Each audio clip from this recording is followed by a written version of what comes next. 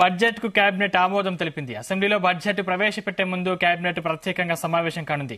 ఆ తర్వాత vote on account budget కు తెలంగాణ కేబినెట్ ఆమోదం తెలిపింది. దీంతో మధ్యాహ్నం 12 గంటలకు మంత్రి భట్టి విక్రమార్క సభలో బడ్జెట్ ను ప్రవేశపెట్టనున్నారు.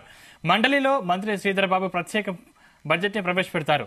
బడ్జెట్ లో అన్ని అంశాలు ఉంటాయన్నారు డిప్యూటీ సీఎం మల్లు భట్టి విక్రమార్క. తాము ఇచ్చిన హామీలను నెరవేరుస్తామని తెలిపారు.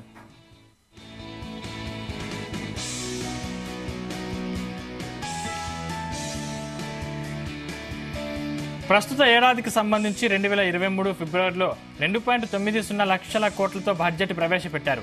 అయితే నిర్దేశిత లక్ష్యాల మేరకు ఆదాయాలు రాకపోవడంతో సవరించిన అంచనాల ప్రకారం 2.50 లక్షల కోట్ల రూపాయల వరకు ఉంటుందని సమాచారం. ఈ నేపథ్యంలో వచ్చే ఏడాదికి వాస్తవిక అంచనాలతో బడ్జెట్ ప్రవేశపెట్టాలని ఆర్థిక శాఖకు కొత్త ప్రభుత్వం సూచించింది.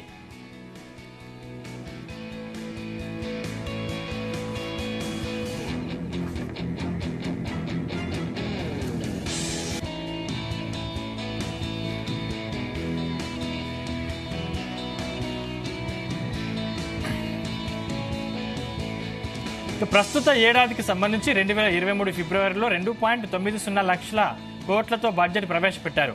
అయితే నిర్దేశిత లక్ష్యాల మేరకు ఆదాయాలు రాకపోవడంతో సవరించిన అంచనాల ప్రకారం 2.50 లక్షల కోట్ల రూపాయల వరకు ఉంటుందని సమాచారం. ఈ నేపథ్యంలో వచ్చే ఏడాదికి వాస్తవిక అంచనాలతో బడ్జెట్ ప్రవేశపెట్టాలని ఆర్థిక శాఖకు కొత్త ప్రభుత్వం సూచించింది.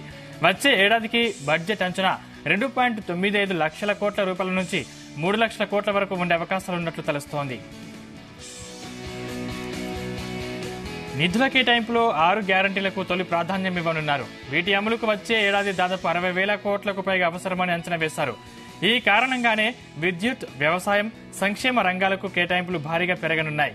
ఉదాహరణకు మహిళలకు ప్రతి నెల 2,500 పథకం అమలుకే 20,000 కోట్లకు సంబంధించిన శాఖ అడిగినట్లు తెలుస్తోంది. నెలకు 200 యూనిట్ల ఉచిత కరెంటుకు 4,200 కోట్లు, ఆర్టీసీ బస్సులో మహిళలకు ఉచిత ప్రయాణానికి 5,000 కోట్లు, ఇలా ప్రతి హామీకి భారీగా నిధులు కావాలని ఆయా ప్రభుత్వ శాఖలు కోరినట్లు సమాచారం.